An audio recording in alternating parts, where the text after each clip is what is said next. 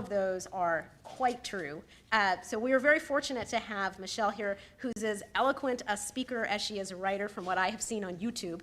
And she draws enormous crowds throughout the country, and we are fortunate to be in this enormous crowd to hear her talk today. So please join me in giving a very warm welcome to Michelle Alexander.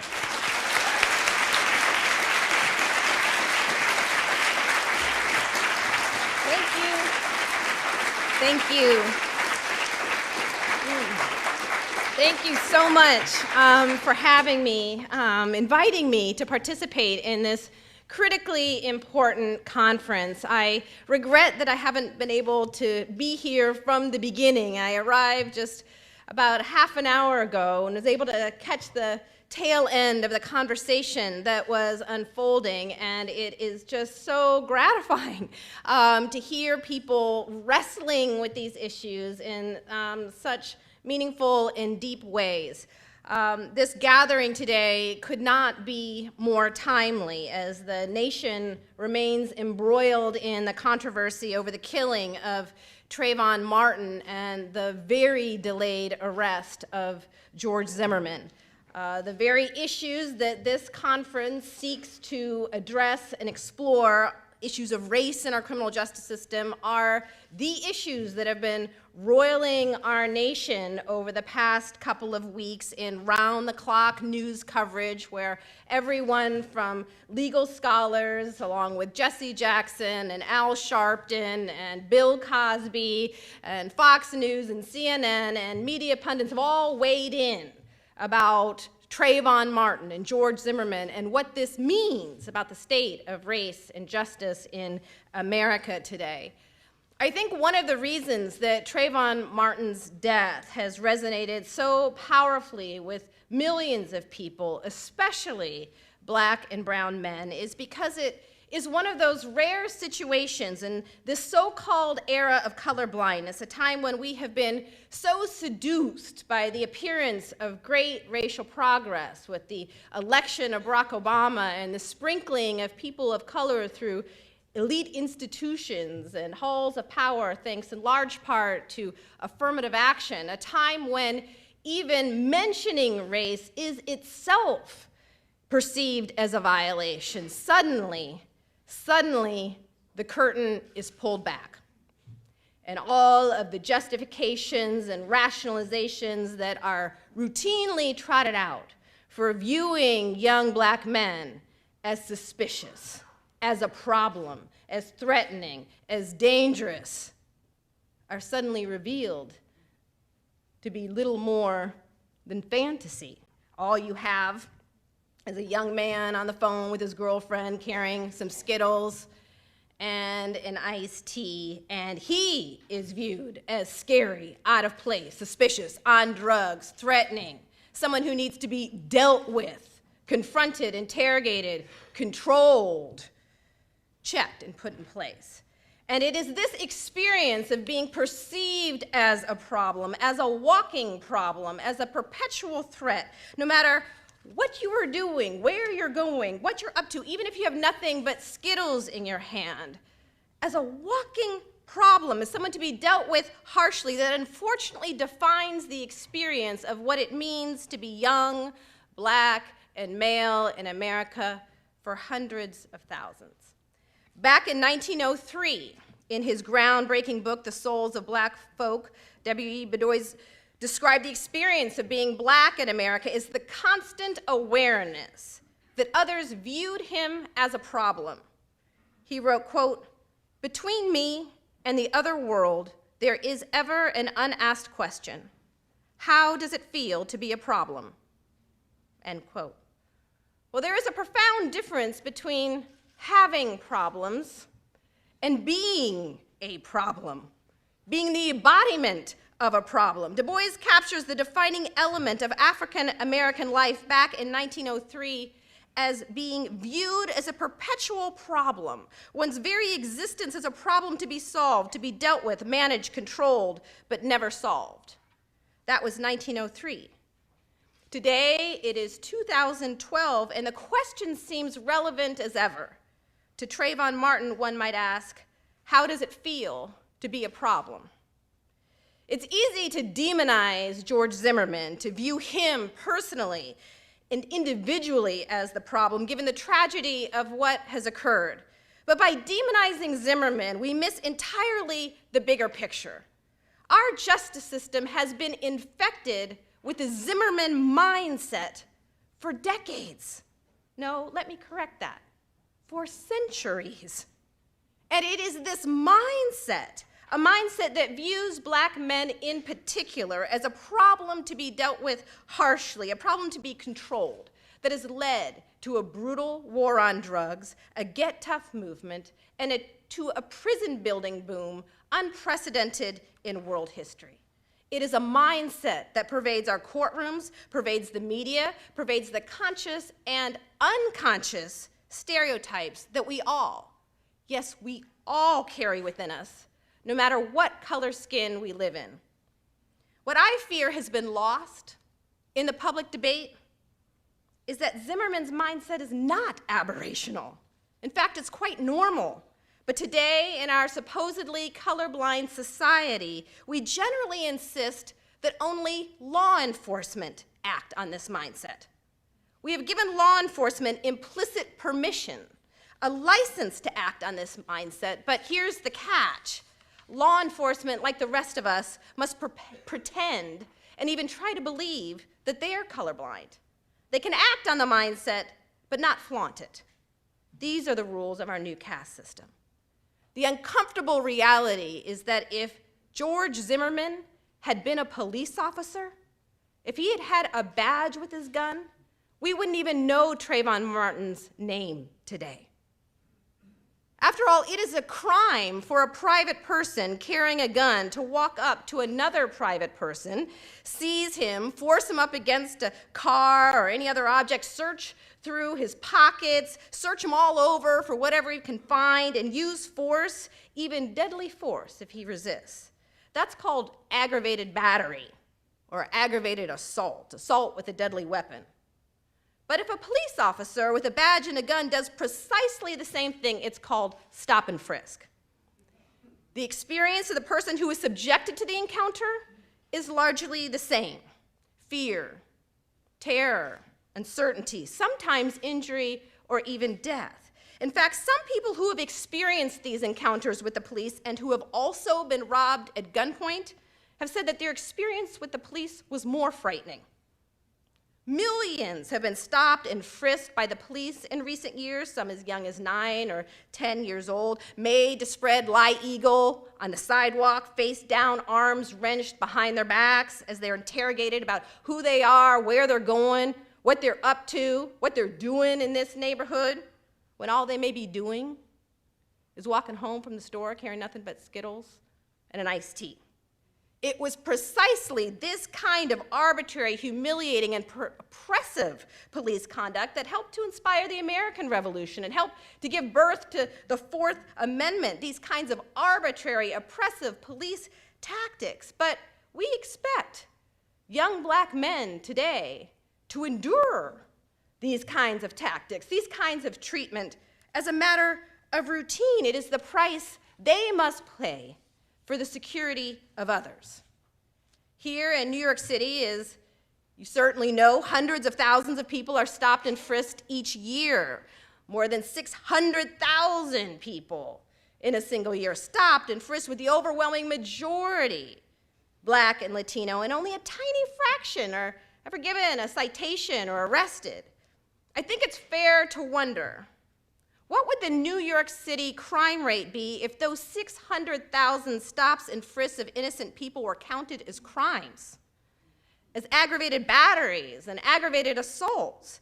Indeed, I think it's fair to ask the question, in this era of mass incarceration, a time when a virtual police state has been imposed not on everyone, but on a population defined largely by race and class, who is safe from what? These stops and frisks send the message to kids at a young age that no matter who you are, no matter what you do, no matter if you stay in school or if you drop out, no matter if you're carrying Skittles or if you're carrying dope, no matter what, you will be viewed as a criminal. And one way or another, you are likely to go to jail. And what is perhaps most disturbing is that for the most part, many kids have grown used to this. I was listening the other day to a group of young black kids being interviewed about their experiences with the police, and one kid said he had been stopped more times than he could count and arrested twice, both times for supposedly resisting arrest, but there were no underlying charges filed. He's never gone to prison, but he said it like this, quote, "I haven't gone to prison yet," as though it were inevitable. Another kid who was only 15 said he had been stopped 4 or 5 times, but it really didn't bother him anymore. He said the first couple of times were really scary, but now it feels normal. Normal. His word, not mine. And when he said that, it reminded me of how my father used to tell me that his parents, who were from Mississippi, would have to pack lots of food before a road trip because they knew they would never be able to stop on the road, not at a restaurant, not even stop to use the restroom.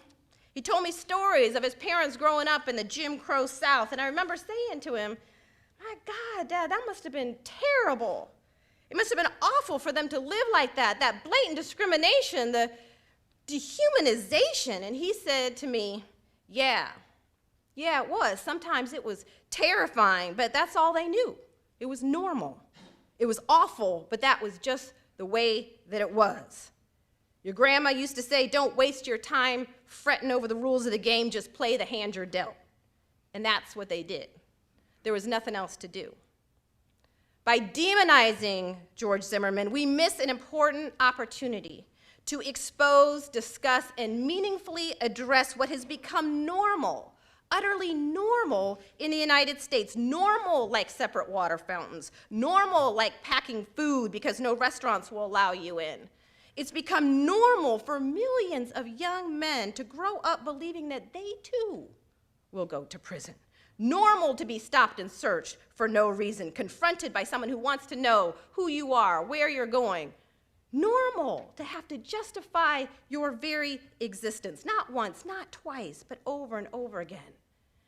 It's bad, we're told today, but it's just the way that it is. We're told it's the way it has to be. And I fear, quite unwittingly, many well-intentioned activists and advocates have done us a disservice in the Trayvon Martin controversy by treating this case as aberrational, isolated, horrifying, isolated incident. Advocates have failed to convey that it is the Zimmerman mindset, far more than the man himself who must be found guilty. This mindset has become rationalized and normalized, and it is the rationalization of this mindset that has created an enormous amount of denial about what we as a nation have done again. We are living in confusing times today. It is a time of great paradox. Just as our nation was celebrating the election of our first black president, as the world was celebrating the election of President Barack Obama, a black child born that same year faced a 1 in 3 chance of doing time behind bars. How do we explain that? What is going on? How do we make sense of this? Well, there's plenty of discussion to be had and to be found. There's plenty of blaming and shaming. There are countless reports and white papers and analyses written up about what is going on in our inner cities and our urban communities, what helps to explain this great disconnect between appearance and reality for millions who are not only locked up, but locked out. But I think there is a truth, a deep truth buried beneath the rhetoric, buried between the lines of all those reports and white papers and analyses, a deep truth that we as a nation have been unwilling to face. Reverend Martin Luther King Jr. gave a speech just months before his death. It was a speech that was made after the Civil Rights Acts were passed, after the Voting Rights Acts were passed, a speech made after the legal system of Jim Crow had been dealt its fatal blow. And he said quite bluntly to the audience, quote, "I do not see how we will ever solve the turbulent problem of race confronting our nation until there is an honest confrontation with it and a willing search for the truth and a willingness to admit the truth when we discover it." So in Dr. King's honor, I'm going to do my best to tell the truth about race and justice in America today. It's a truth that most Americans will deny, just as they denied the truth about slavery and Jim Crow. But the truth is this: we as a nation have taken a wrong turn, a tragic detour in our stride toward freedom. We've betrayed Dr. King's dream. A vast new system of racial and social control has emerged from the ashes of slavery and Jim Crow, a system of mass incarceration that no doubt have Dr. King turning in his grave today. The systematic mass incarceration of poor people, overwhelmingly poor people of color, shuttles them from their decrepit, underfunded schools to brand new, high-tech prisons. It is a system that locks poor people, overwhelmingly poor folks of color, into a permanent second-class status nearly as effectively as earlier systems of racial and social control. It is, in my view, the moral equivalent of Jim Crow. Now, I admit in the introduction to my book that there was a time when I rejected this kind of talk out of hand. There was a time when I rejected comparisons between mass incarceration and slavery and mass incarceration and Jim Crow. I thought people who made those kinds of claims and those kinds of comparisons were just engaging in blatant exaggeration, distortion, hyperbole. In fact, I thought people who made those kinds of claims and comparisons were actually doing more harm than good to efforts to reform our criminal justice system and achieve greater racial equality in the United States. But what a difference a decade makes. For after years of working as a civil rights lawyer and advocate, representing victims of racial profiling and police brutality, and investigating patterns of drug law enforcement in poor communities of color, and attempting to assist people who have been released from prison re-enter into a society that had never shown much use for them in the first place, I had a series of experiences that began what I now call my awakening. I began to awaken to a racial reality that is just so obvious to me now that what seems odd in retrospect is that I had managed to remain blind to it somehow for so long. As I explained in the introduction to my book, what has changed since the collapse of Jim Crow has less to do with the basic structure of our society than the language we use to justify it. In the era of color blindness, it is no longer socially permissible to use race explicitly as a justification for discrimination, exclusion, and social contempt. So we don't. Rather than rely on race, we use our criminal justice system to label people of color criminals and then engage in all the practices that we supposedly left behind. Today, it is perfectly legal to discriminate against criminals in nearly all the ways in which it was once legal to discriminate against African Americans. Once you're labeled a felon, the old forms of discrimination, employment discrimination, housing discrimination, denial of the right to vote, exclusion from jury service, suddenly legal. As a criminal, you have scarcely more rights and arguably less respect than a black man living in Alabama at the height of Jim Crow. We have not ended racial caste in America. We have merely redesigned it. As I said, I reached this conclusion reluctantly. I resisted it. But I had a number of experiences in the course of my work as a civil rights lawyer that really began to open my eyes. And one in particular I think is worth sharing with you. It involved a young man, probably about 19 years old, who walked into my office one day and forever changed the way I viewed not only our criminal justice system, but how I viewed myself as a civil rights lawyer and advocate working to reform that system. At the time, I was directing the Racial Justice Project for the ACLU in California, and we had launched a major campaign against racial profiling known as the DWB campaign, or the Driving While Black or Brown campaign. And we had already sued the California Highway Patrol for racial profiling in their drug interdiction program, but we were looking to sue some other police departments in California as well, where we had heard reports of discriminatory practices and tactics. So we set up a hotline for people to call if they believed they had been stopped or targeted by the police on the basis of race. And we actually put up this hotline number in billboards in Oakland and San Jose and other communities or around California. In fact, the first time we announced the hotline number on the evening news, we received thousands of calls, and our system crashed temporarily. We had to expand our capacity to deal with the volume of people who were calling to report their discriminatory encounters with police.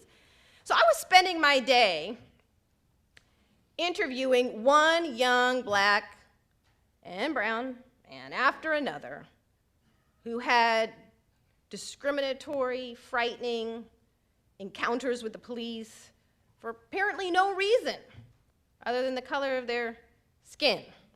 And it was late in the day and I was getting tired. I had done a lot of these interviews, and this young man walks in to my office carrying this stack of papers about this thick. He had taken detailed notes of his encounters with the police in Oakland over a 9-month period of time. He had descriptions of every encounter. He had names of officers, in some cases badge numbers. He had names of witnesses who corroborate what had gone down. Just an extraordinary amount of documentation and detail. And the stories he was telling about what was going on in his neighborhood were corroborated with other stories we had been hearing about what the police were doing in his community. And so I started to think, maybe this is our named plaintiff. Maybe he's the one. He was a good-looking young man. He was good-looking, he was well-spoken, and I thought, hey, maybe he's the one. This is our dream plaintiff. Here's our poster child. So I kept asking him questions. I was getting more excited, and then he said something that made me pause. And I said, did you just say you're a drug felon? Did you say you're a drug felon? We'd been screening people, prior criminal records. When people call our hotline, we'd send them a form to fill out asking them a bunch of questions about their experiences with the police, and one of them was, have you ever been convicted of a felony?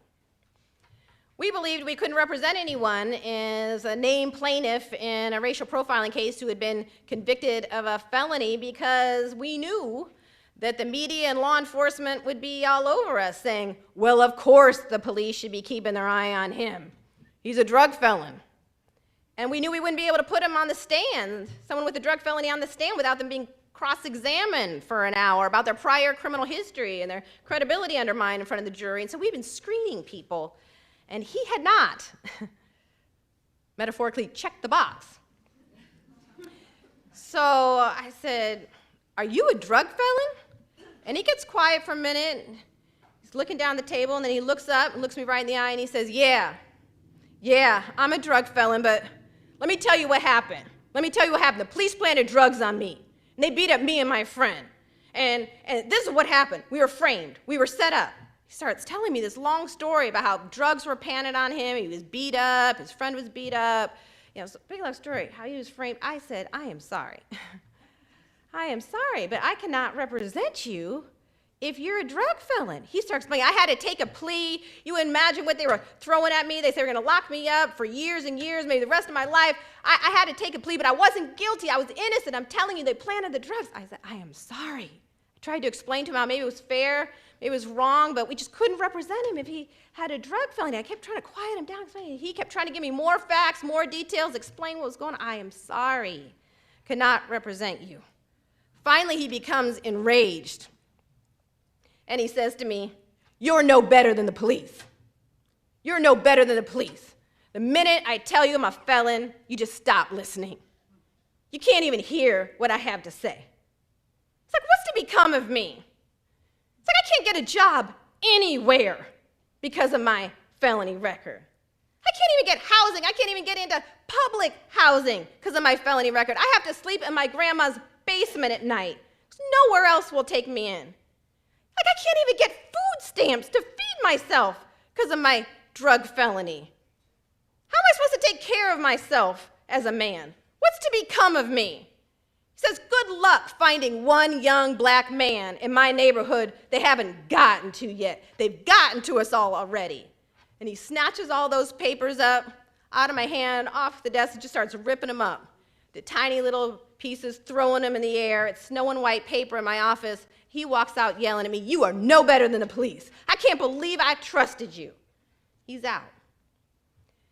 Well, several months after that, I'm doing a public access television show that was broadcasting live out of his neighborhood. I was doing public access TV because we were trying to organize thousands of people to attend a major demonstration protesting the governor's refusal to sign racial profiling legislation. And we've been doing town hall meetings up and down the state, media campaign, and it was a couple days before the demonstration, so I was doing public access TV, broadcast live, trying to get people to get on the bus and go to the demonstration. Well, the minute the show goes off the air, he comes bursting into the studio, carrying this dirty potted plant. He rushes up to me and shoves it in my arms, and he's emotional, practically on the verge of tears. And I'm like, what are you doing here? What is this? And he says, I'm here to just tell you I'm sorry. I'm sorry for how I treated you. I shouldn't have treated you that way. I've been seeing you on the news. I've been watching you on TV. I see you're out there trying to fight for our people, trying to do the right thing. It's like, I would have bought you some flowers, but I still don't have any money. I snatched this plant off my grandma's front porch, thrust it in my arms, turns around, takes off, goes running out. I go chasing him out of the building. He jumps into this broke-down car and disappears. Well, several months after that, I'm sitting in my office, open up the newspaper. What's on the front page? Well, it turns out that the Oakland Riders police scandal is broken. Turns out that a gang of police officers, otherwise known as a drug task force, had been planting drugs on suspects, beating folks up in his neighborhood, and who's identified as one of the main officers charged with planting drugs on suspects and beating folks up? The officer he had identified to me as having planted drugs on him and beat up him and his friend. And it was only then that the light bulb finally started to go on for me. And I realized, he's right about me. I'm no better than the police. The minute he told me I was a felon, I just stopped listening. I couldn't even hear what he had to say. It was the beginning of me starting to ask myself some hard questions, myself as a civil rights lawyer. How am I actually replicating the very forms of discrimination, exclusion, and marginalization I'm supposedly fighting against? And I also started asking myself, why is it that we haven't been able to find one young black man in his neighborhood they haven't gotten to yet? What is really going on? And that was the beginning of a journey of me doing an incredible amount of research, asking myself and others a lot of hard questions, and listening more carefully to the stories of those cycling in and out of our prison system. And what I learned in that process truly blew my mind. I learned there were more African American adults under correctional control today, in prison or jail, on probation or parole, than were enslaved in 1850, a decade before the Civil War began. I learned that a black child born today has less of a chance of being raised by both parents than a black child born during slavery, and that this is due in large part to the mass incarceration of black men. 80% of black children today grow up spending a significant part of their childhood years apart from their fathers. And contrary to the image presented in the media of black men being a bunch of deadbeat dads who are AWOL and who don't want to do right by their children, the research actually shows the black men who are separated from their children due to divorce, imprisonment, or any other factor actually make more of an effort to maintain contact with their children following separation than men of any other racial or ethnic group. But no racial or ethnic group faces greater challenges to playing the role of a traditional father today than black men. saddled with criminal records, cycling in and out of prisons and jails, unable to find work, even stable housing, often unable to find even food stamps to survive, much less support their children. It's not that black men no longer care about their children, but a system today is making it very difficult to show that they care. This phenomenon does not affect some small segment of the black community. To the contrary, in many large urban areas today, more than half of working-age African-American men have criminal records and are thus subject to legalized discrimination for the rest of their lives. In some cities, like Chicago, studies have shown that if you take into account prisoners, who are excluded, of course, from unemployment data and poverty statistics, thus masking the severity of racial inequality in the United States. But if you actually count prisoners as people, in the Chicago area, nearly 80% of working-age African-American men have criminal records and are thus subject to legalized discrimination for the rest of their lives. These men are part of a growing undercaste, not class, caste, a group of people defined largely by race, relegated to a permanent second-class status by law. Now, I find today that when I tell people that I think that mass incarceration amounts to a new caste-like system, a new Jim Crow, I'm frequently met with shocked disbelief. People say, "How can you say that? Our criminal justice system isn't a system of racial control, it's a system of crime control. And if black people would stop committing so many crimes, they wouldn't have to worry about being rounded up and stripped of their basic civil and human rights. This is about violence and violent crime," they say. Sadly, black men are more likely to be violent. This isn't a race thing, it's a crime thing. Now, there are a number of problems with this line of argument, but I want to make one point at the outset very clear. As much as violence racks ghettoized communities, the reality is that violent offenders comprise a very small fraction of the people who cycle in and out of our criminal justice system. Although half of prisoners in some states are violent offenders, that statistic in itself is highly misleading because violent offenders typically receive much longer sentences than nonviolent offenders. They represent a much larger percentage of the prison population than they would if they received shorter sentences, like nonviolent offenders typically do. But more importantly, prisoners reflect a small percentage of those who are under correctional control. What people often fail to grasp is that when we talk about prison reform, we're talking only about a very small slice of this caste-like system that needs to be addressed. This system of control, this criminal justice system apparatus governs not just those who are in prison, but also those who are in jail and those who are on probation and who are on parole. Of the 7.3 million people who are under correctional control today, only 1.6 million are in prison. The rest are in jail, on probation, or on parole. Probationers are the clear majority of those who are under correctional supervision, and only 19% of them have been convicted of an offense that can be classified as violent. The most common offense for which probationers are under supervision is for a drug offense. But when the mainstream public thinks criminal, they typically don't think of the kid caught with some marijuana in his pocket.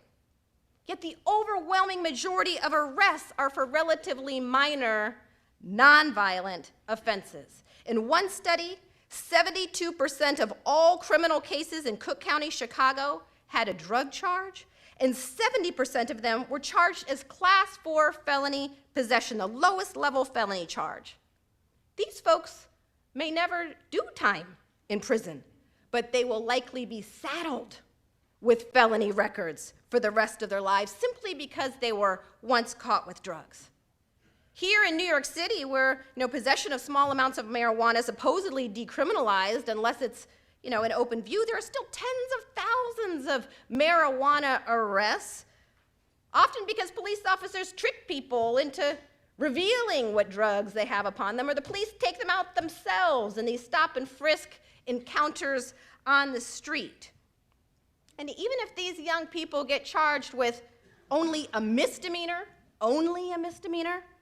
that record will likely follow them for life, opening the door to legal discrimination against them in employment, housing, even access to education. Most of the folks who get swept into this system and branded criminals and felons are arrested the first time. Their very first arrest is for something relatively minor, something that would get ignored in a middle-class white community, not because it's not a crime there. It would get ignored because young people there are not viewed as perpetual suspects. The odds of that young person being viewed as a problem, to be stopped, interrogated, confronted, controlled, stopped and frisked, the odds of young people being caught in middle-class white communities or on college campuses with a little weed in the pocket, drastically lower. But the young kid in the hood making exactly the same kinds of mistakes, the same kinds of youthful discretions, those kids are supposed to pay for the rest of their lives, while middle-class white kids trot off to college. People often say to me, shouldn't we be focusing on the front end? Focus on keeping kids in schools, fixing our schools so these kids don't wind up in prison? And my answer is yes. Yes, we should absolutely fix our schools. We must absolutely ensure that each and every one of our children gets a quality education so they have a chance of making it in this new global economy. And if we want to bring down violent crime rates, the most important thing we can do in the long term is invest in education and job creation.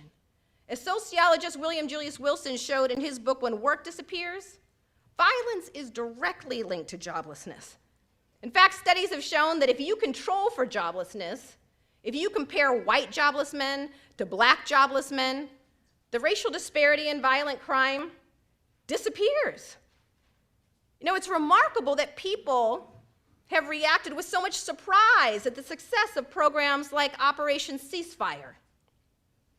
People are surprised that when gang members are given a choice between living a life of crime and violence and fear and terror on the street, or given the opportunity to actually get a job and maybe have a chance of making it in life, that they actually choose getting a job, having a chance. The fact that the results of Operation Ceasefire are met with so much surprise reflects how deep the Zimmerman mindset is, how thoroughly it has taken hold, that we can imagine that these young people would actually want the other life, by and large. So just what it is that we actually believe about them. Believe that there's something wrong with them, fundamentally, inherently, about them. And why is it so easy for us to believe that there is something fundamentally wrong with them? Well, one of the reasons is that throughout our racial history, the belief that there is something inherently violent, dangerous, troublesome, out of control, bestial about black men, that belief has been used to sustain every caste system that has ever existed in the United States, from slavery to convict leasing to Jim Crow. But now we're told that this time it's true. Those other times it wasn't true. But this time it's true that young black men in those communities actually want to behave like animals. That's who they are. But when given a choice, they say, no, I'd actually like to take the other path if it's open to me. So yes, if we want to reduce violence and violent crime in these communities, we've got to invest in education and job creation. But reducing violent crime and reducing crime rates will not end mass incarceration. Let me repeat that. Simply reducing crime, including violent crime, will not end mass incarceration. As we've seen through the past few decades, it's possible, quite easy in fact, to have falling crime rates and skyrocketing incarceration rates. Crime rates and incarceration rates have had stunningly little to do with one another in the United States. So what does explain this vast new system of racial and social control if it can't simply be explained by crime rates? Well, the answer is the war on drugs and the Get Tough movement, the wave of punitiveness that washed over the United States. Drug convictions alone, just drug convictions, accounted for more than 2/3 of the increase in the federal prison system and more than half of the increase in the state system between 1985 and 2000, the period of our prison system's most drastic expansion. Drug convictions have increased more than 1,000% since the drug war began. I mean, to get a sense of how large a contribution the drug war has made to mass incarceration, consider this. There are more people in prisons and jails today just for drug offenses than were incarcerated for all reasons in 1980. And that doesn't even count all the people on probation and parole who are doing time for drug offenses. Now, most Americans, of course, violate drug laws in their lifetime. Most do. We know from the studies that people of all races use and sell illegal drugs at remarkably similar rates. But here in the United States, those who do time for drug crime have been overwhelmingly black and brown. In some states, 80 to 90% of all drug offenders sent to prison have been one race, African American. Now, I find that many people, when they see these disparities, they often say, yeah, that's a shame, that's a bad thing. But they say, we need a drug war. We need to get tough on them.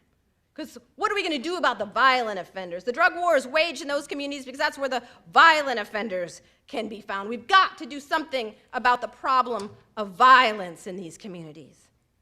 Now, let me be very clear. The problem of violence in poor communities of color is real. It is not imagined. It's not an exaggeration to say that the violence that is ravaging some ghettoized communities is a human rights crisis, a human rights crisis of the magnitude that can be found in some war-torn countries abroad. Every human being has a basic human right to live in a community that is safe and secure without fear of being shot on the way to school or on the way home from the grocery store.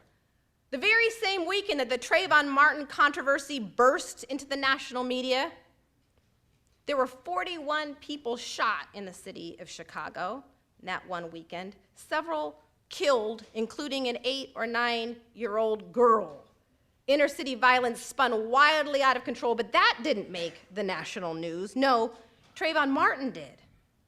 The violence in these communities is real, and I know that some people have argued that after decades, centuries actually, of under-enforcement of criminal laws in black communities, after centuries of white folks not caring much at all if black people were victimized, that mass incarceration is a sign that finally, policymakers actually care about crime in black communities. But there is a problem, I think, with imagining that mainstream white communities swinging from utter indifference to black victimization to hyper-criminalization of black communities is a sign of progress. Both positions, utter indifference and overwhelming punitiveness, are simply two sides of the same coin, two expressions of the same impulse and orientation towards the devaluation of black life. And while it is true that many black folks, including many black politicians and some civil rights leaders, have championed Get Tough measures, we have to keep in mind that that's not all they've been asking for. That's not all they've demanded. It's never been. They've also been demanding good schools in their neighborhoods. They've also been demanding economic investment. They've also been demanding jobs and job creation and job training so that young people can make the rough transition from an industrial to a service-based economy. Yet it seems the only thing that poor folks of color ask for and get are police and prisons. I heard during the last panel discussion about why is it that in so many communities of color that are ravaged by over-incarceration, do you face so much resistance in those communities to downsizing prisons, reducing the number of police, reforming drug bust laws? The problem we face in these communities is that we're saying to them, we're not going to give you good schools, we're not going to give you good jobs, we're not going to give you economic investment, and by the way, we're thinking about taking away the police too. That is not going to work as an argument. It is not going to work. It can become as no surprise that communities that have no hope of getting quality education or good jobs anytime soon would say, maybe right now we need to keep the police and keep building some prisons. But we have given them a false choice. We as a nation have backed them into a catch-22. And then we stand back and say, oh, well, the community is asking for more police and more prisons. And I say, well, wouldn't you? Wouldn't you? It is a crime what we have done to these communities and the false choice that we have given them. And many of these communities have been led to believe quite falsely that these get tough rhetoric and these get tough tactics are actually doing them a favor. And they don't understand how the system actually works. Many people say, well, we need a drug war in my community to deal with those violent offenders and drug kingpins.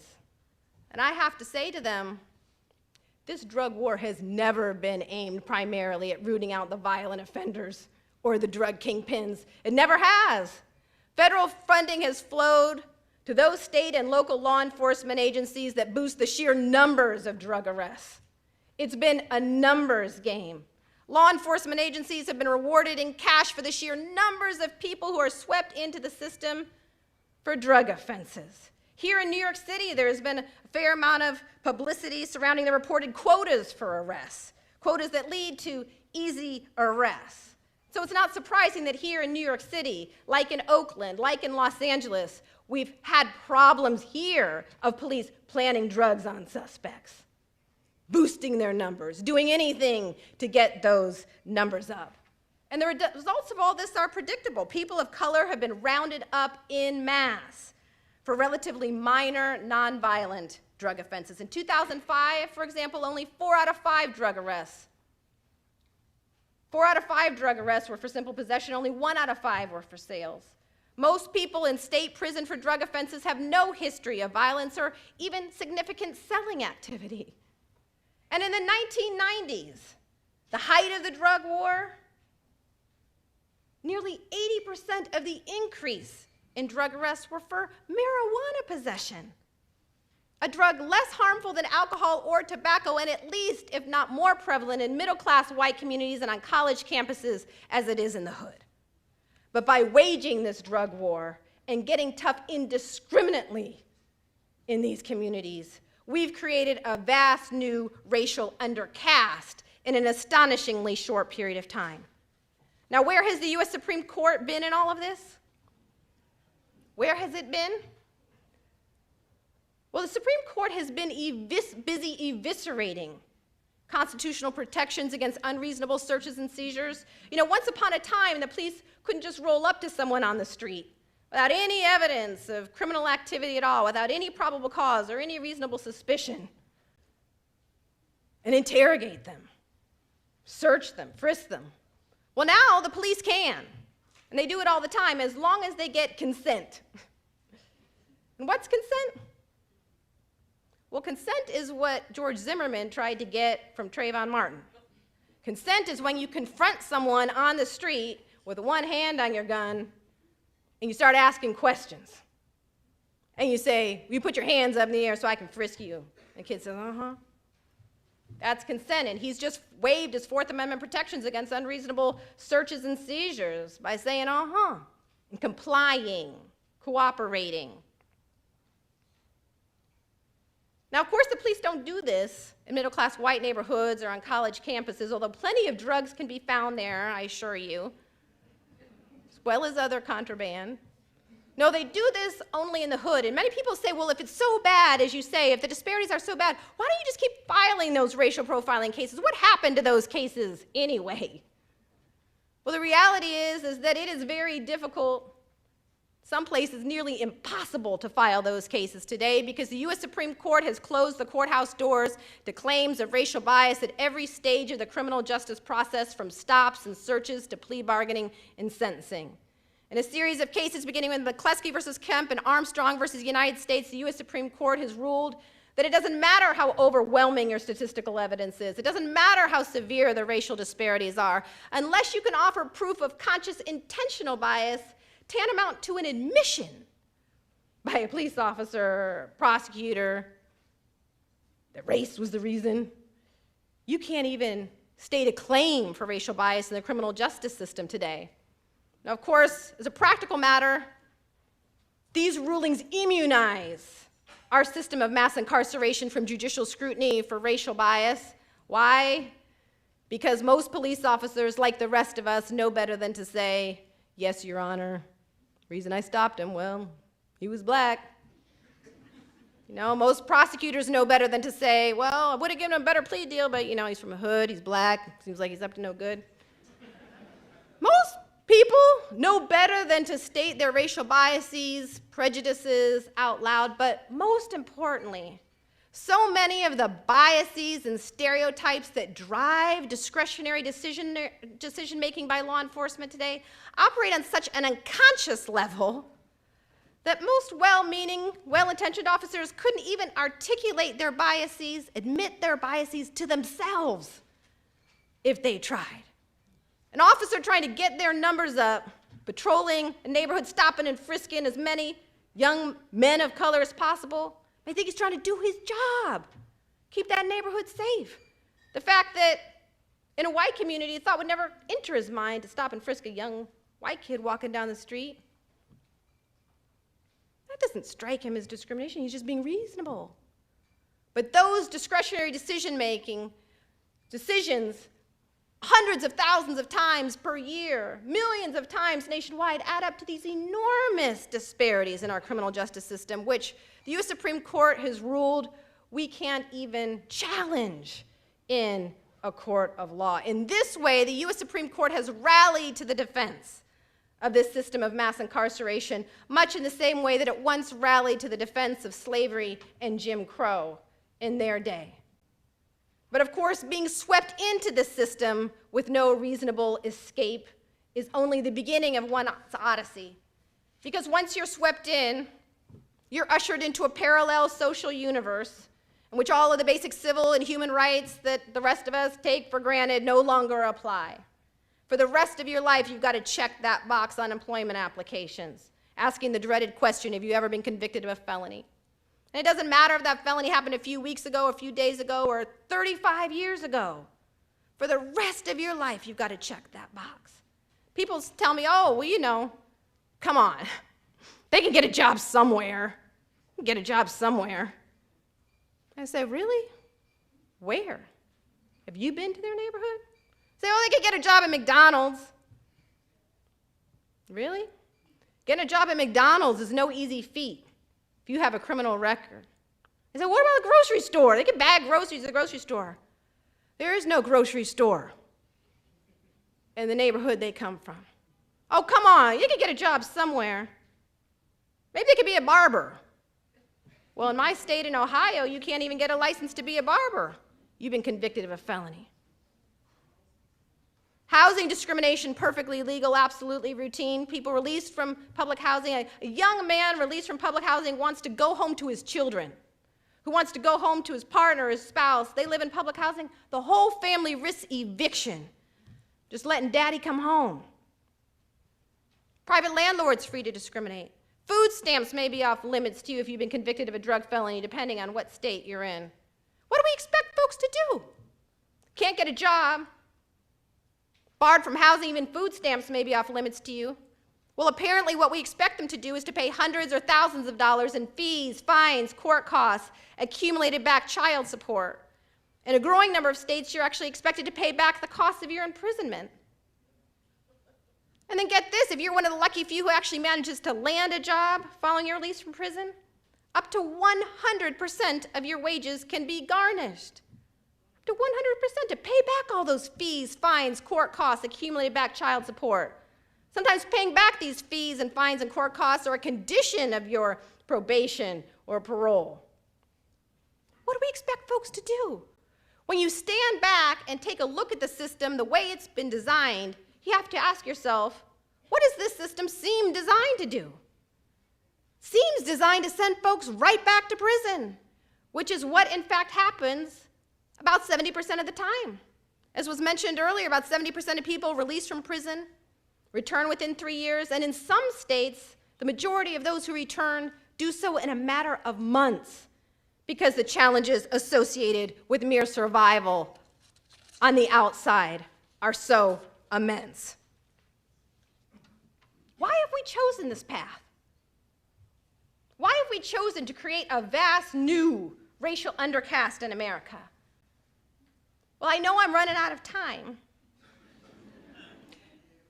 So I don't have time to describe all of the racial politics that helped to give rise to the drug war and the Get Tough movement, and the myriad ways in which politicians from both political parties exploited our nation's racial divisions and anxieties for political gain. And I don't have time to explain all the ways in which the seismic shifts in our U.S. economy, from an agrarian economy to industrial economy to a service-based economy, have made black men in particular uniquely vulnerable. No longer needed to pick cotton in the fields or labor in factories. Black men have found themselves suddenly disposable, no longer necessary to the functioning of the U.S. economy. But what I can say is that in the years following Dr. King's death, our nation was faced with a choice, a fork in the road. We could continue down the road Dr. King was traveling. We could choose the path of compassion, forgiveness, inclusion, of hope. Or we could choose another road, a road more familiar when it comes to matters of race. The path of exclusion, division, punitiveness, and despair. One day, I believe historians will look back at the era of mass incarceration and they will say it was there, right there at the prison gates, that we abandoned Dr. King's dream. We abandoned the war on poverty and we declared the war on drugs. We took a tragic detour, a U-turn that would result in millions of Americans permanently locked up and locked out. We have now spent more than $1 trillion on the drug war since it began. Funds that could have been used for schools, funds that could have been used for education, for job creation in the communities that needed it most. $1 trillion could have been used to promote our collective well-being. Instead, those dollars paved the way for the destruction of countless lives, families, and dreams. So what do? Where do we go from here? Well, my own view is that nothing short of a major social movement has any hope of ending mass incarceration in America. I heard earlier today, when I first came in, a lot of people talking about we got to do just whatever works. We've got to seize the political opportunities as they arise, make incremental gains here and there, piecemeal policy reforms in the hopes that this will culminate in the kind of large-scale change that we will in fact reach the tipping point and that this whole system will then unravel, will crumble of its own weight. Well, I'm afraid I am going to take an unpopular position. I am going to argue that no, simply doing a lot of good, well-intentioned work and seizing the opportunities that may exist is not nearly enough. Nothing short of a major social movement will do. Why? Well, first, we have to be honest about the sheer scale of this thing. If we're not interested in simply tinkering with this machine, but dismantling it and building something new, we've got to take account of the size of this thing. If we were to return to the rates of incarceration we had in the 1970s before the war on drugs and the Get Tough movement kicked off, we would have to release 4 out of 5 people who are in prison today. More than 1 million people employed by the criminal justice system would lose their jobs. As people here in New York certainly know, most new prison construction has occurred in predominantly white rural communities. These prisons across America would have to close down. Private prison companies listed on the New York Stock Exchange would be forced to watch their earnings just vanish. Poof. Now, yes, there will be some prison downsizing in the years to come. The economic crisis affecting states large and small has turned many former Get Tough true believers like Newt Gingrich into champions of prison reform. There have been important reforms in New York, Ohio, California, and many other states. There have been some prisons that have closed down. But if we think this system of mass incarceration will simply fade away without a major upheaval, a fairly radical shift in public consciousness, I think we are dreaming. 40 years from now, we will still be tinkering with this machine. 40 years from now, we'll still be talking about what kinds of political opportunities might be seized in the short term because the winds have shifted in just the right direction at just the right moment. 40 years from now. And yes, maybe our prison population will be a bit smaller, but my greatest fear is that we'll see some prison downsizing, and then we'll reach a new plateau, a level of imprisonment the nation has decided it can afford. And then there'll be a wave of crime. Maybe there'll be another wave of race baiting and Get Tough rhetoric, and another race to incarcerate will begin. But this time it will begin at a horrifying baseline. This time the race to incarcerate will begin with 1.5 million people in prison, 2 million people in prison. What would stop it from becoming 3 million, 4 million people in prison? Does that sound crazy? I remember when we passed the 1 million benchmark. People said, oh, this is unbelievable. 1 million people behind bars. No one dreamed we would ever reach 2. If the only limiting principle to this system of mass incarceration is how much it costs and what reforms are feasible in any given political moment, there is nothing to stop the race to incarcerate from beginning again. We are going to have to deal with what lies at the root of this system if we want to end it. And what lies at the root of this system is not just crime or even violent crime in poor communities of color.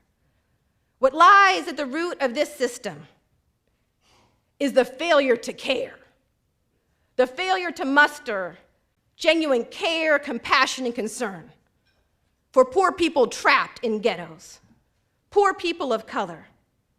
And if we fail to persuade this nation that those people are worth caring about, we will be fighting systems of racial and social control generation after generation after generation because advocates were too afraid to tell the truth about what was really going on out of fear that a momentary opportunity might slip away. A good friend of mine who was raised with great awareness of her Native American tradition and background said that it is immoral. She told me it is immoral in her family tradition to make decisions, for a tribe to make decisions about what is good just for the folks who are around at that moment in time. That you always have to think about the next generation and the generation after that. You have to make decisions based upon what is good for the future of the community, for their children and their children and their grandchildren.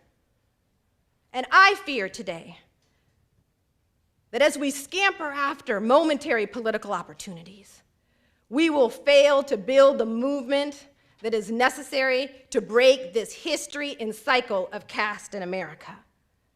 So I hope that we will honor Dr. King by building the human rights movement of his dreams. In 1968, Dr. King told advocates that the time had come to transition from a civil rights movement to a human rights movement. Meaningful equality, he said, could not be achieved through civil rights alone. Without basic human rights, the right to work, the right to housing, the right to quality education for all, without basic human rights, he said, civil rights are an empty promise. So in honor of Dr. King and all those who risked their lives to end the old Jim Crow, I hope we will commit ourselves, each in our own way, in our own capacities, to building a human rights movement that doesn't shirk from speaking openly and honestly about race all the time. A movement for education, not incarceration, for jobs, not jails. A movement that seeks to end not only this drug war, but all forms of discrimination against people released from prison, discrimination that denies them their basic human rights to work, to shelter, and to food. But before this movement can even get underway, a great awakening is required. We have got to awaken from this colorblind slumber to the realities of race in America. And we've got to be willing to embrace those labeled criminals openly and publicly, because it has been the refusal and failure to recognize the dignity and humanity of all people that has formed the sturdy foundation for every caste system that has ever existed in the United States or anywhere else in the world. It's our task, I firmly believe, to end not just mass incarceration and not just the war on drugs, but to end this history and cycle of creating caste-like systems in America. Thank you so much for your time tonight.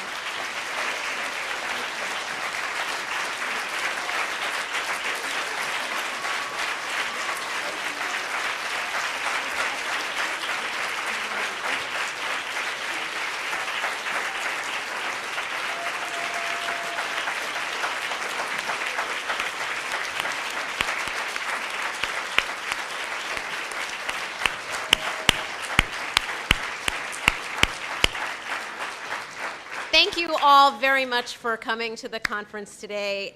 We've enjoyed your attendance. Michelle, you feel the love in the room. Thank you so much. And thanks to all of our panelists and participants. I bid you all adieu. There's a reception in the back for those of you who would like to stay, but thank you all for coming.